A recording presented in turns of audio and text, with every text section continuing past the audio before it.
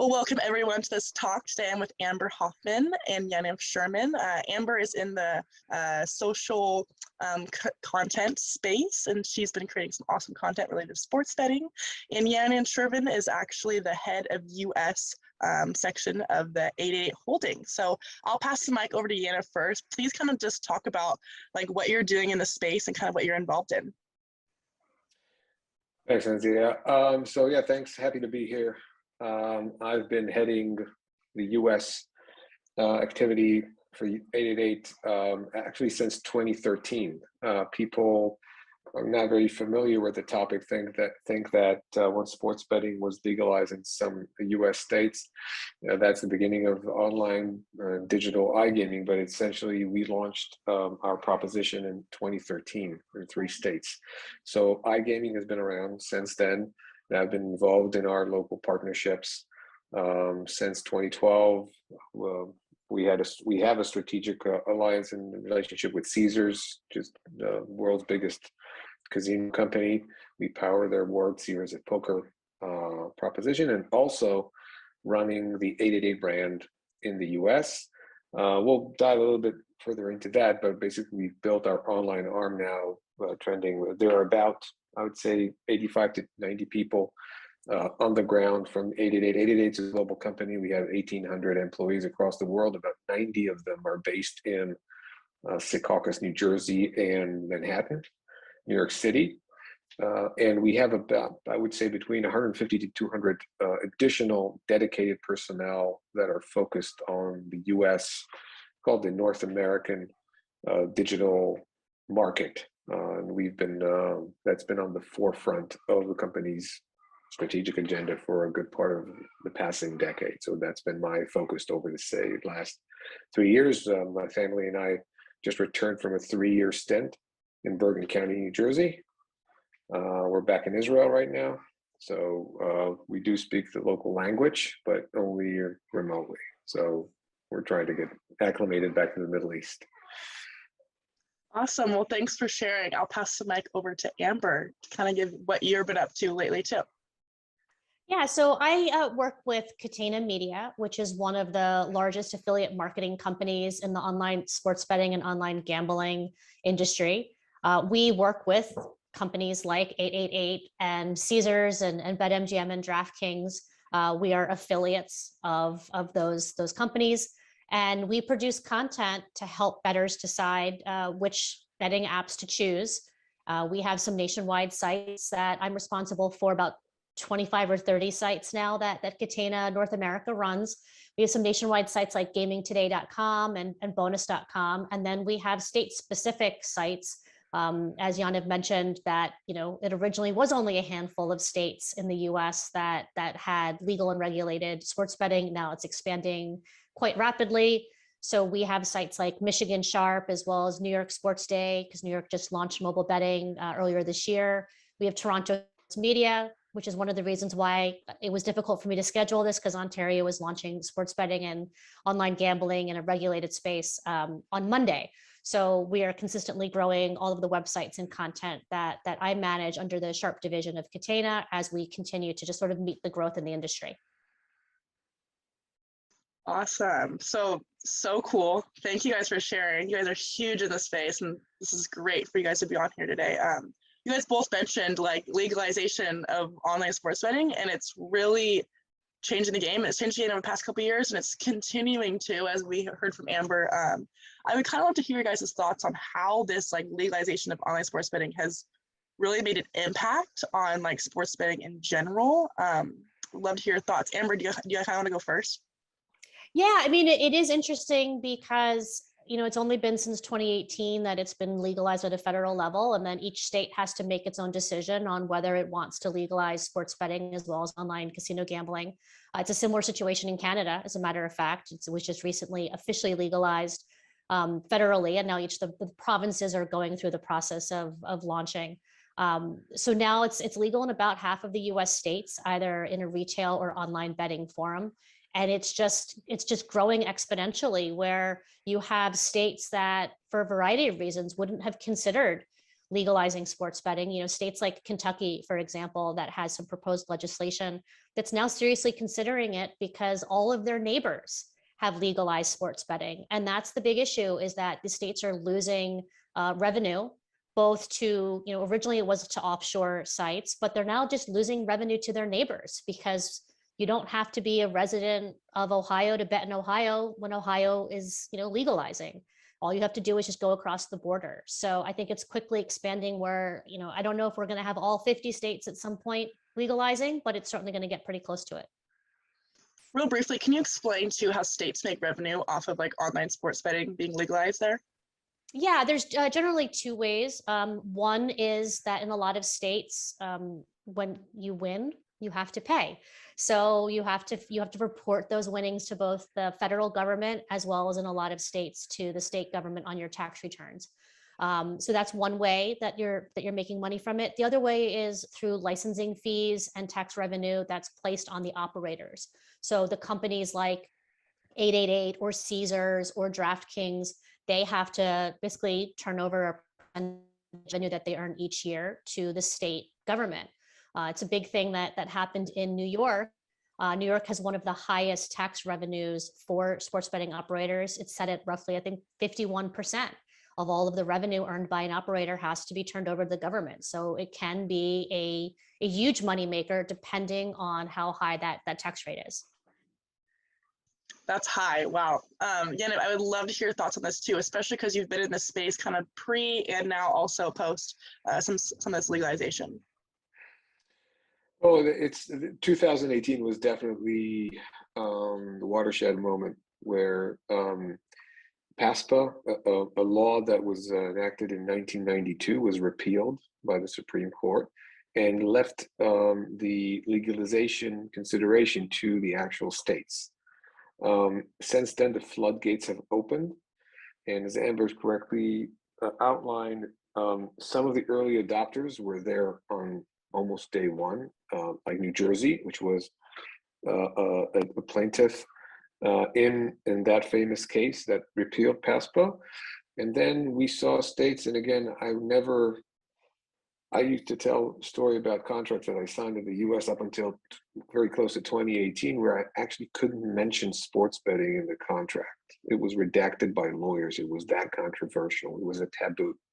I didn't think I'll see it in my tenure, during my tenure. And we were there. And now states that previously we never thought would even consider legalizing sports betting because of different political considerations, like Texas.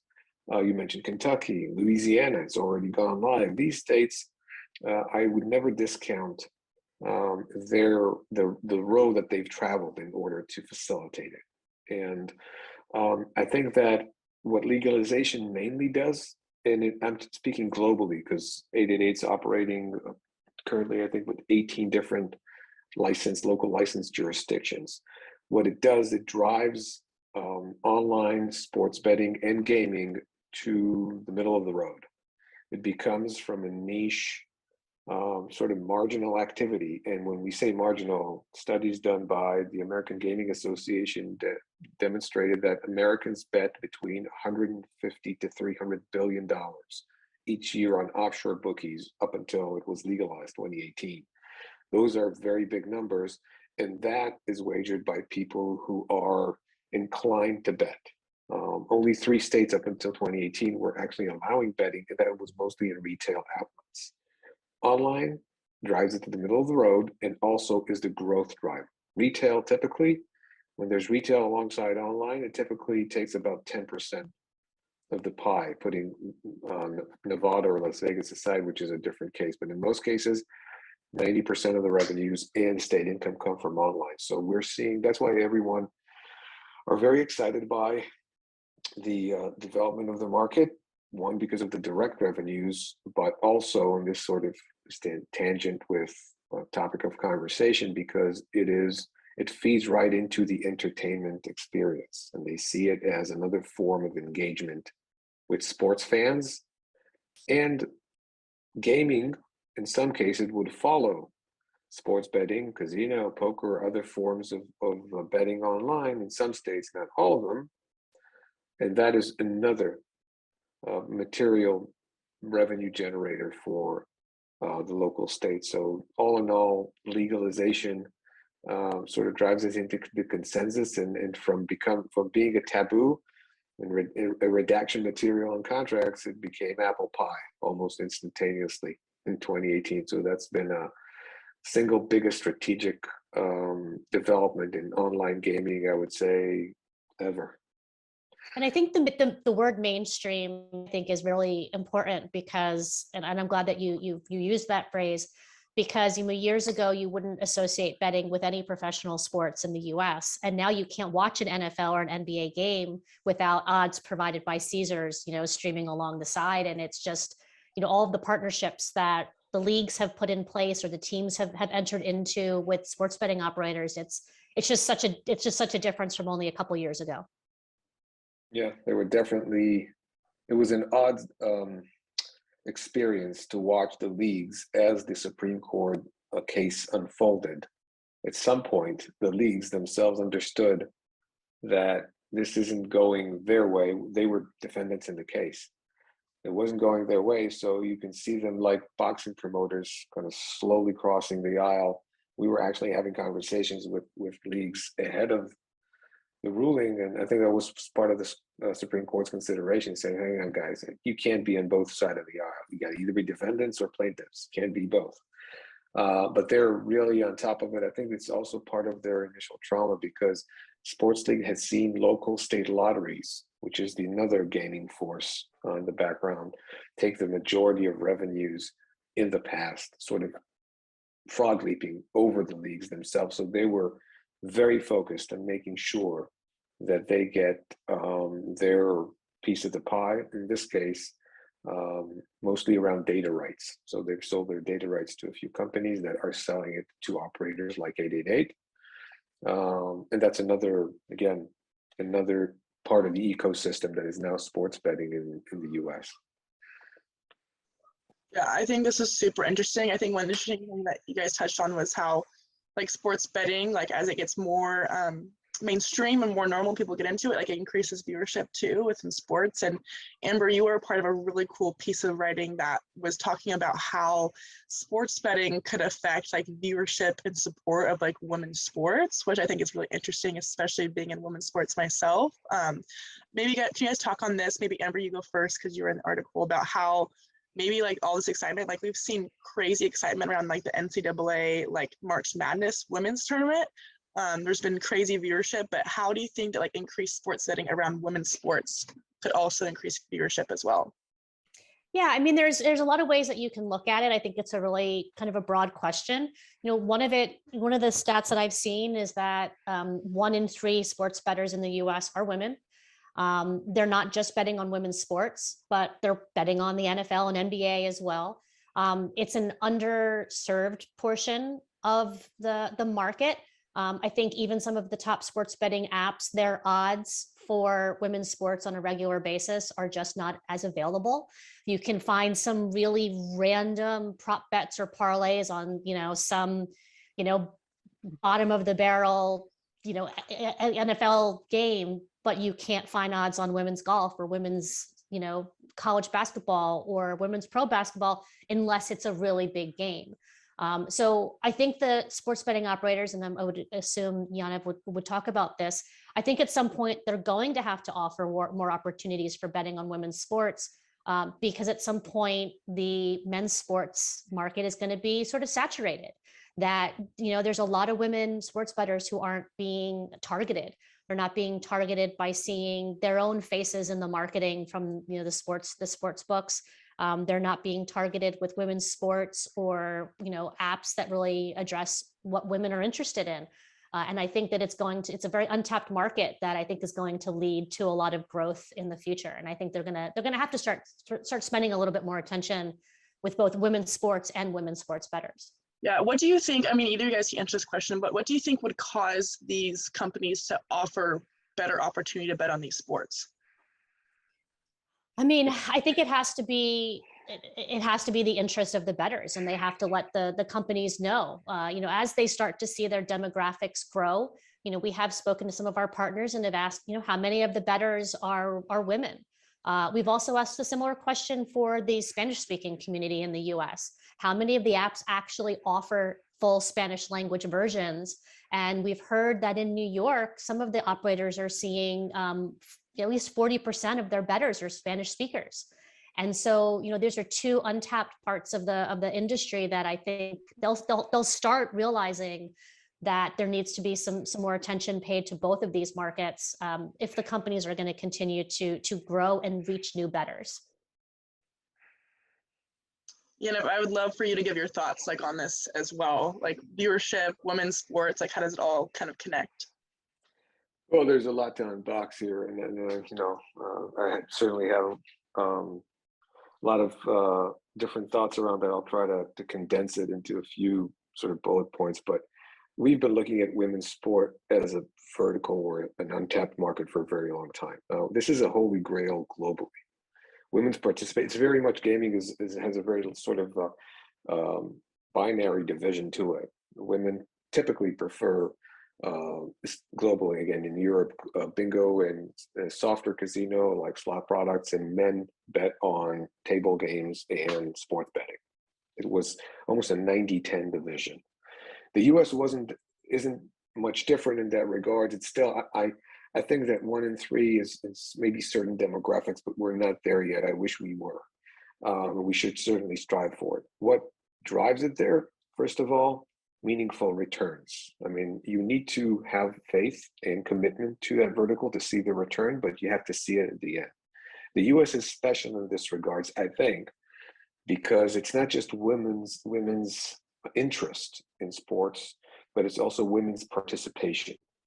I used to tell people here in Israel that when you walk around and go from doing sort of walking door to door, you want to rent a place in the US, there is no option. Every household has a certain sports that people participate in. The participation is incredibly high. That's not the case in most, I would say, global locations. So women's participation in sport in the US is equal to men.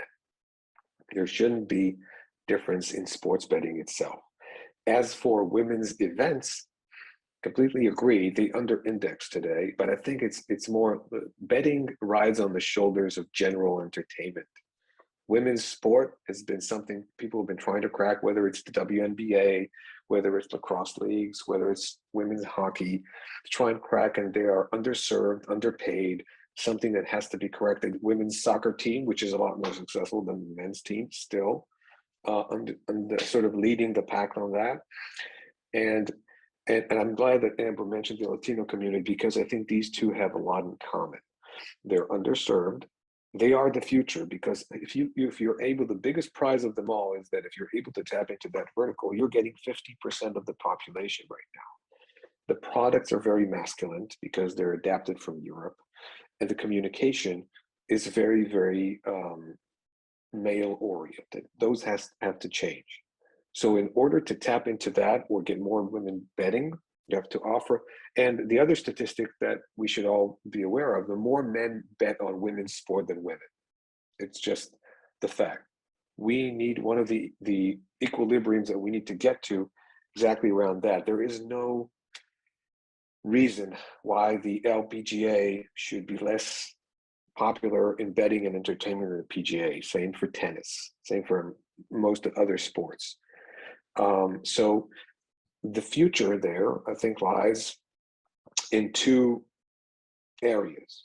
One is the actual proposition and participation in the sport itself and offering more odds and more data, and that will grow with time. The future of betting is with in-play betting, not pre-match. 80 to 90% of sports betting today globally is done inside the game, during the game, and not pre-match. In the US, that is not the case. Most bets, 60% of bets are made in the 2 hours before the game. And the pecking order in the US is very clear. There is the NFL and there's everyone else. So women's sport doesn't get to the NFL just like the NBA doesn't, but there's no reason why the WNBA shouldn't attract similar level of attention, given the fact that it's also staggers in terms of timing. The second important part is I think that the product has to be different. I think it has to cater, whether it's the Latino community, whether it's women, it has to speak in a different language I think generally speaking, if you want to think about a women's sports bettor, it's very much akin to myself. I'm a novice. I used to be a novice. You need to think of someone laying their first bet with you, whether it's a woman or a man. It's a different product than today. When you open these apps today, they are European apps adapted to the US market, which means that they're generally complicated. The odds are Vegas odds, which is something legacy from 40 or 50 years ago, and that has to change. So simplifying the product, making it more accessible generally, and then it's about brand building. And if you can listen, we signed a strategic partnership with Sports Illustrated.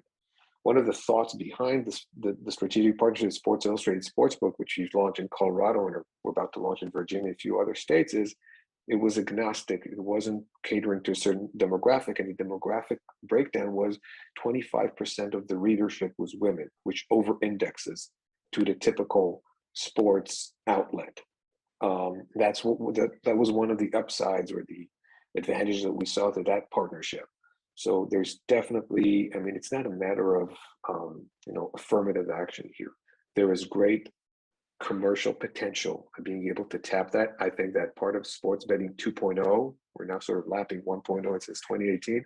2.0 will see underserved segments getting that attention because, as Amber's outlined, it is incredibly saturated out there. If you're going after the same group of Sharpies or professional bettors that'll be laying down their bets pre-match on NFL, you can't sustain growth in that matter. You have to, part of being mainstream is catering to all facts or facets of your constituency. And the US is sort of at the forefront. US and Canada are at the forefront of women's participation. There is no doubt in my mind that if you wanted to raise money, demonstrate growth, you have to be speaking to that demographic and creating content and products focused on it. So, and naturally to this conversation, there's no one better doing that. It's women themselves. There's no point of me trying to guess what the US women's preferences are from a product perspective. This is something that should be done by women inside, from within the community. Super interesting. I think that's a perfect segue. Stacy, you have a question, but even to talk about a little bit about what you're doing, bringing women into the space. Stacy. Absolutely, and sorry I have to hop for a 1:30 call, but this was a great opportunity to hear from both Amber and how do you say your name again? I want to make sure I say it correctly. Yaniv. Yaniv. Thank you so much. You can go with Sherman. It's usually US. That's my Starbucks name. Okay, appreciate that, Sherman. So thank you guys for your time, and hopefully as we evolve our group, we can invite you all back and get updates. But I did have a question around the topic that you just brought up around shifting the language. One in particular, where do you see sports and sports betting going when it comes to when we talk about the metaverse in this virtual world and how sports will be played in the metaverse? And then is that an opportunity to maybe shift the language as we maybe shift to a different world of sports betting? So I wanted to just put that out there. Oh, that's actually, I mean, that's a huge universe of a future world that we have been talking a little bit more about the intersection of the metaverse and crypto and NFTs and the sports betting and online gambling world. You know, some folks have started to dip their toes in with, DraftKings doing some NFTs and that sort of thing. It's interesting because I don't know what's going to expand first. Is it going to be content in the metaverse or reaching into a women's or Latino market? All three are certainly primed for the future, but I like the idea of there being some connection there, of using it as an opportunity to shift the type of content in the industry, towards some different language than what's been used so far. So I think it's interesting. I'd be curious to hear Yaniv's perspective coming from an operator, if you guys have talked at all about the metaverse. Oh, we've talked about the metaverse, NFTs, and crypto, and it's been crypto has been on our agenda for quite some time. But remember, we're all regulated destinations, so crypto, again, betting rides on the shoulders of the bigger market. As regulated and licensed operators, for instance, we have to make sure that our money laundering practices are in order. In some cases, crypto doesn't allow that. So until it does, it has to tick these boxes. I think that the metaverse is coming. It's not our consideration. It's how do we, again, manifest in it. We've tried to develop a 3D, a metaverse casino 8 years ago. It was a colossal failure. I tried to do that with another company. It was on the heels of Second Life. Yeah, I'm that old, Second Life. I don't know, so most of you guys have ever been there, but we have sold and bought real estate on the metaverse. It was too soon, it was too early, and it didn't have enough content. But being able to watch a game with your friends, like we are doing this now, watching the game together, creating a social experience again around social and betting, which no one's really cracked before, and doing it while minting specific moments in it and betting these moments one against the other, that blows your mind. I think it just gets there more gradually, and the application would follow the general usage of these things. The good thing about it in the US market is that online gaming and online sports betting at the forefront of it. So we'll probably get a front row seat to do that. But the market is still growing regardless of where we are taking it right now. But it's not a matter of whether we think it will. It's coming. I just think it'll take about 3 to 5 years before we see the real money generating applications around sports betting, but it's definitely around the corner. I think that's incredibly interesting. Is there any other examples of how like sports betting are using NFTs in the space? I think it's interesting that you mentioned because it is very a regulated space, and so it's like, and crypto by itself is just, it should have to have regulations around it. But any other examples of like NFTs in the space? I mean, Well, I mean, I've just seen like DraftKings and some of the other companies have partnered with particular, athletes to put out branded NFTs. That's probably the only thing that I've really seen thus far. But I know that there are some sports betting apps or companies that are looking for ways to take it to the next level. They just haven't been able to get there yet. I think Yaniv is right.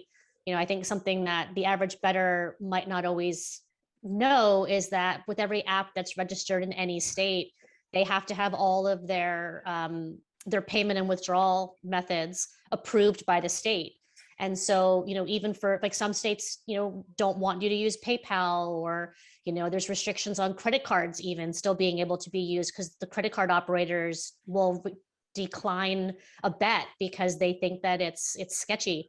So I think it's going to be a long time before we're going to start getting to being able to use crypto, which is entirely unregulated in such a regulated market. Yeah, the decentralized nature of crypto is something that's right now is a bit challenging, but we're getting there. Actually, Bitcoin is different than someone minting their own coins, but some of the bigger operators have already talked about minting or producing their own coin, which will be used inside their ecosystem.